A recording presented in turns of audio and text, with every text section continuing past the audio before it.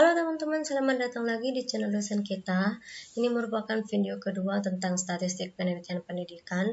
Jika pada video sebelumnya kita telah membahas secara singkat tentang hipotesis, pengertian hipotesis, kemudian jenis-jenis hipotesis, kali ini kita akan membahas tentang salah satu tes yang biasa digunakan untuk menguji hipotesis. Tes ini biasa digunakan dalam penelitian dan tes ini disebut dengan t-test atau uji tes. Di sini kita hanya akan menjelaskan secara singkat apa sih t-test itu, kemudian jenis-jenis t-test itu, dan bagaimana cara menggunakannya dalam penelitian. Nah, langsung saja pengertian uji T. Uji T atau t-test adalah uji hipotesis yang digunakan untuk mengetahui apakah ada perbedaan rata-rata dari sampel yang diambil. Jadi hanya untuk mengetahui apakah rata-rata dari sampel yang diambil itu berbeda atau tidak. Kemudian untuk jenis-jenis uji T itu ada 3. Yang pertama one sample t-test atau uji T satu sampel. Yang kedua paired sample t-test atau uji T sampel berpasangan. Yang ketiga adalah independent sample t-test atau uji T sampel bebas. Langsung saja kita akan membahas jenis-jenis uji T ini satu persatu berikut pengertiannya dan contohnya. Oke, yang nomor 1 yaitu one sample t-test atau biasa disebut uji T satu sampel. Uji T satu sampel digunakan untuk menguji perbedaan rata-rata suatu variabel dengan konstanta tertentu. Ingat dari namanya saja kita sudah pasti bisa mengira bahwa di t-test ini dia menggunakan hanya satu sampel. Contohnya, produsen tabung gas menyatakan berat tabung gas adalah 15 kg. Jadi yang dimaksud dengan one sample atau satu sampel itu yaitu tabung gas. Jadi peneliti itu hanya menggunakan data satu sampel yaitu berupa data dari tabung gas atau berat tabung gas. Kemudian untuk mengetahui kebenarannya apakah memang rata-rata tabung gas itu beratnya 15 kg, maka dilakukanlah sampling. Data yang diperoleh adalah sebagai berikut. Data berat tabung gas, jadi dia menggunakan satu kelompok sampel dan satu kelompok data saja. Jadi satu kelompok data yang akan dites menggunakan one sample t-test. Nah, dari data ini nanti dikalkulasi, diuji apakah memang ada perbedaan antara rata-rata berat dari sampel ini dengan hipotesis yang sebelumnya disebutkan, yaitu berat tabung gas adalah 15 kg. Kemudian untuk paired sample t-test atau uji tes sampel berpasangan. Tes ini biasa juga disebut dengan dependent sample t-test, yaitu analisis pengukuran pada subjek yang sama terhadap suatu pengaruh atau perlakuan tertentu. Contohnya, pengukuran pertama dilakukan sebelum diberi perlakuan tertentu, kemudian pengukuran kedua dilakukan setelah diberi perlakuan sesudahnya. Contoh, pada penelitian perbedaan nilai TOEFL sebelum dan sesudah mengikuti les intensif selama 1 bulan. Nah, di sini peneliti hanya menggunakan satu kelompok sampel saja. Misal, dari peneliti ingin mengetahui nilai TOEFL sebelum dan sesudah diberikan perlakuan berupa les intensif pada kelompok mahasiswa semester 5. Jadi, peneliti bisa menggunakan random sampling atau strata atau cluster untuk menselek atau mengambil sampelnya. Nah, dia cuma menggunakan satu kelompok sampel saja. Di sini bisa dilihat dari data TOEFL sebelum dan sesudah les intensif. Jadi, perbedaan dari pair sample t-test dengan one sample t-test yang telah disebutkan sebelumnya itu memang dua-duanya ini menggunakan satu kelompok sampel saja. Namun dalam pair sample t-test ini dia menggunakan dia memang menggunakan satu kelompok sampel, tapi dia dari sampel itu dia mengambil dua jenis data. Data yang pertama yaitu tes yang diberikan sebelum les intensif yang disebut dengan pre-test, kemudian tes yang diberikan setelah les intensif yang disebut dengan post-test. Nah, kemudian ini nilai dari pre-test dan post-test dites menggunakan paired sample t-test dan diuji untuk mengetahui apakah ada perbedaan antara nilai pretest dan posttestnya. Yang kemudian yaitu independent sample t-test atau biasa disebut dengan uji tes sampel bebas. Independent sample t-test ini digunakan untuk menguji signifikansi beda rata-rata dua kelompok.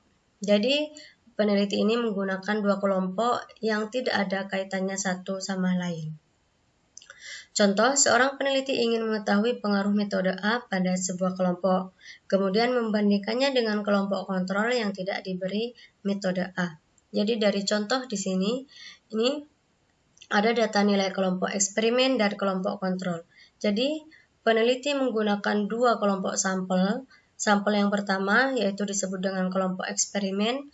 Kelompok eksperimen adalah kelompok yang diberi perlakuan berupa pengaplikasian atau penggunaan metode A. Kemudian kelompok sampel yang kedua disebut dengan kelompok kontrol adalah kelompok yang tidak diberi metode A. Nah, kemudian si peneliti menggunakan independent sample t-test untuk menguji apakah ada perbedaan antara rata-rata nilai kelompok sampel eksperimen dan kelompok sampel kontrol. Adapun sebagai dasar pengambilan keputusan dari hasil uji T itu seorang peneliti bisa menggunakan dua dasar untuk mengambil keputusan. Pertama yaitu berdasarkan hasil uji T, kemudian berdasarkan nilai probabilitas. Jika seorang peneliti ingin menggunakan hasil uji T sebagai keputusan pengambilan keputusan untuk menerima atau menolak hipotesis 0, maka H0 atau hipotesis 0 diterima jika hasil uji T itu kurang dari tabel T.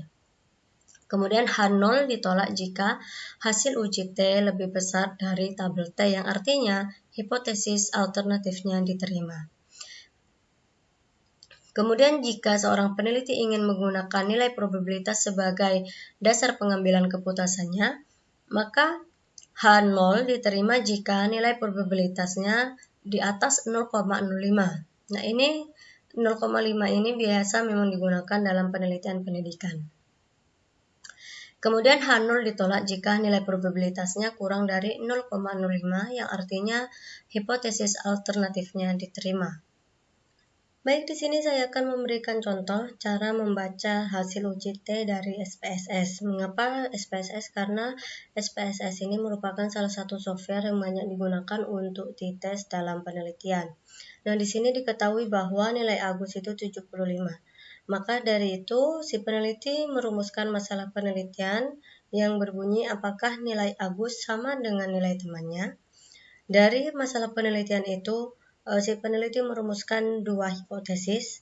Hipotesis nolnya berbunyi tidak ada perbedaan antara nilai Agus dengan temannya. Kemudian hipotesis alternatifnya adalah ada perbedaan antara nilai Agus dengan temannya.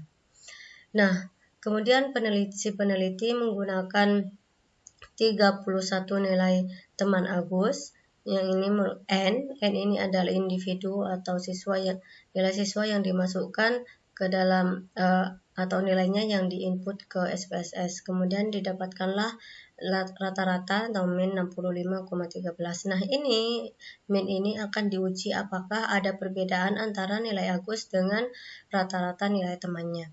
Kemudian dilakukanlah t-test menggunakan one sample test, dan hasilnya adalah nilai T-nya yaitu 0,533, DF-nya adalah 30, dari 31 dikurangi 1. Nah, dia menggunakan signifikan two tails dan 0,05 ya, dan hasilnya itu nilai signifikannya dia menggunakan 0,05 atau 95%, dan hasilnya setelah dilakukan t-test dia hasilnya 0,598.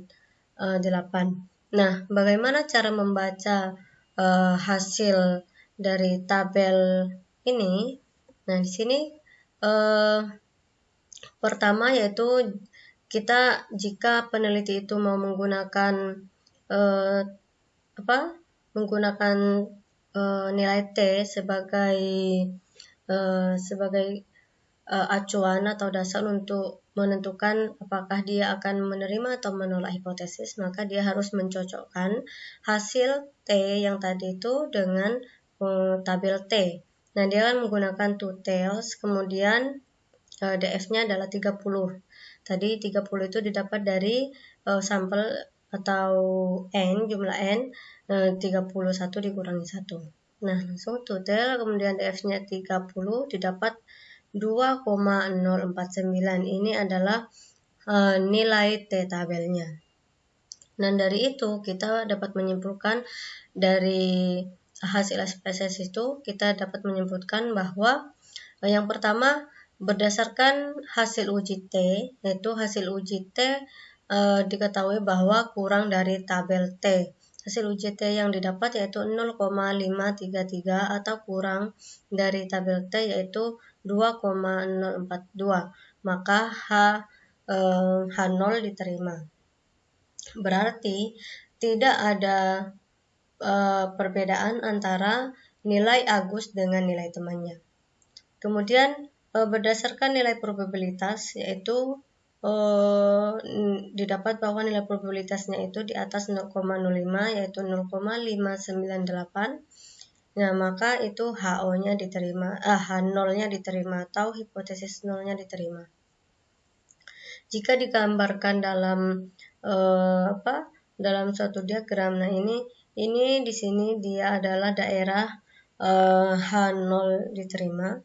Nah, di sini adalah batas, dia menggunakan T ya, nilai T di sini, berarti di sini adalah batas kiri dari uji T dan di sini batas kanan uji T. Maka yang hasil tadi itu, yang dari SPSS itu, ini hasilnya 0,533. Nah, berarti H0-nya atau H0-nya itu diterima. Oke teman-teman, demikian pembahasan kali ini tentang sekilas tentang t-test. Kemudian setelah video ini kita akan membahas tentang lebih lanjut tentang uji hipotesis, pengujian hipotesis yang berkenaan dengan one tail dan two tail.